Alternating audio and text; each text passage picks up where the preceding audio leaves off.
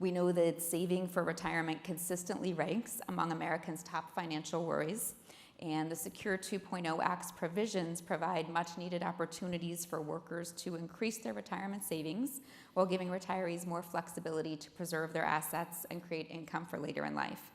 I know everyone in this audience is excited and enthusiastic about the passage of Secure 2.0 from 2022 that builds on the improvements made by the Secure Act of 2019.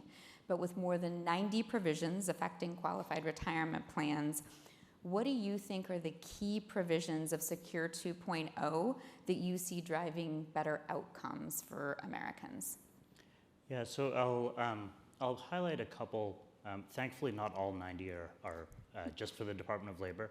We're going to be doing a lot of work with the IRS and Treasury Department on this, and they have a number of things in the qualified space where we'll kind of maybe be doing a little bit of consulting or reviewing, but they're in the driver's seat. There's a lot to unpack in Secure 2 and a number of kind of statutory directives to us, probably more than we can handle and the timelines associated with it. But there are maybe a couple of our priorities that I'll highlight.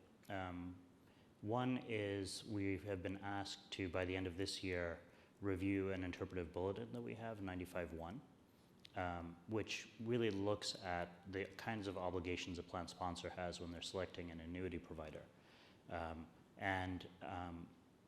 A lot of, I think, the interest in this issue came from the entrance of private equity actors into the insurance industry and a questioning of how much additional risk is in the system as a result of that and whether 95.1 kind of has stood up to the test of time.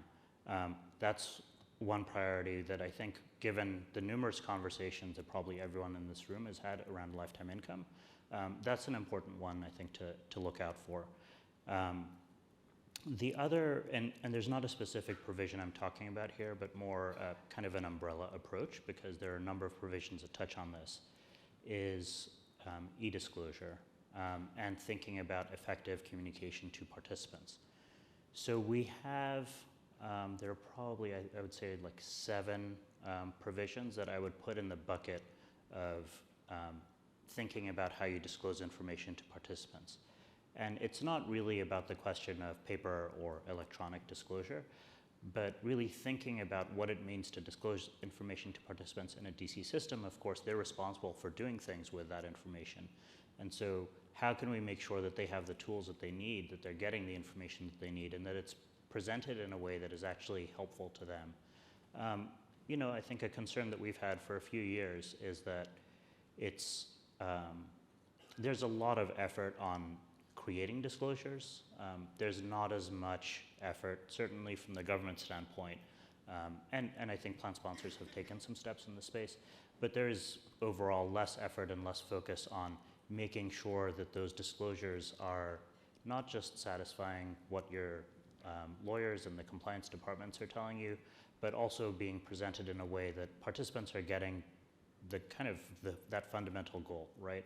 It's not to check the legal box, it's to make sure that they have, okay, this disclosure around the fees, for example.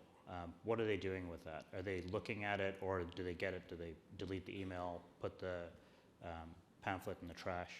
And then the last Secure 2 provision that I'd highlight, which I think is probably the most important from thinking about employee wellness, are the provisions around emergency savings. I think those are critically important, and when you just think of the kind of financial insecurity that so many of the participants in your plans are facing, this provision I think could be really quite groundbreaking in terms of the impact that it has, not just on the financial standing of employees, but also on their mental wellness.